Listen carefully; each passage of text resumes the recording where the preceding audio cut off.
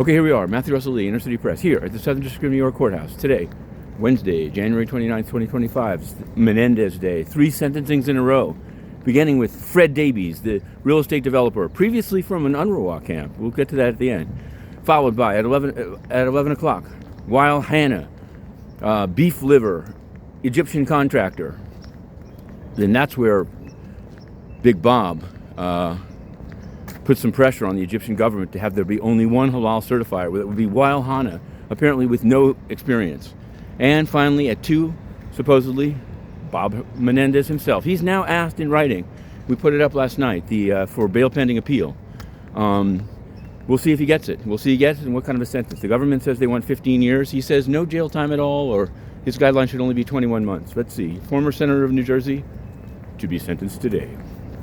In other news, there was a Sean Combs filing that we also covered, where the government is saying that some videos that's only been willing to show his lawyers must remain such, given the sneaky business that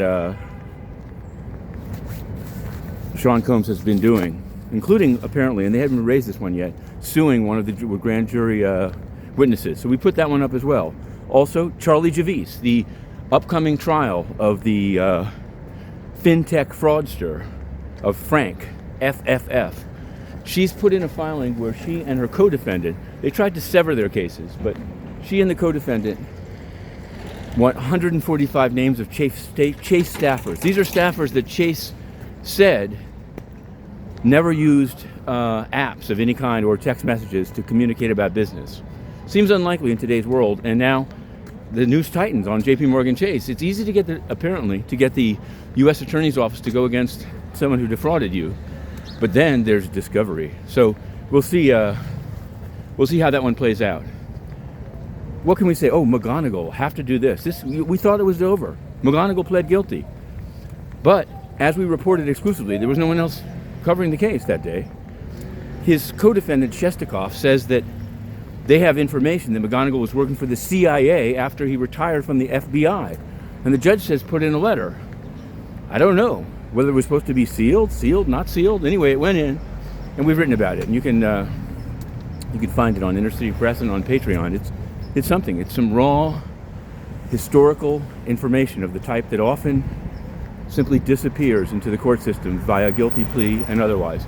Now, up ahead of me, I see the cameras already ready for Mr. Fred Davies, Mr. Weil Hanna, Mr. Bob Menendez.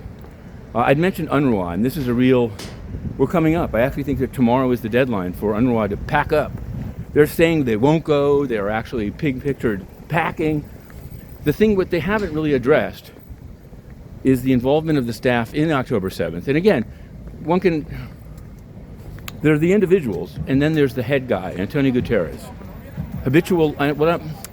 He's a censor. He can't handle questions about this topic that he should be answering on. And so it's time for a change. There must be a change. I'm going to turn it around so you can see the assembled paparazzi in front of the courthouse. Even last night, they had already built these photo pens. It's going to get bigger when Menendez himself comes. Here, across the street, we have a few TV trucks. But again, it's going to get bigger because today is Menendez Day, and we're all over it. We have written the book, Gold Bar Bob is Guilty. We've written a song that you can find online. And today, the live tweets of the sentencing. To be continued.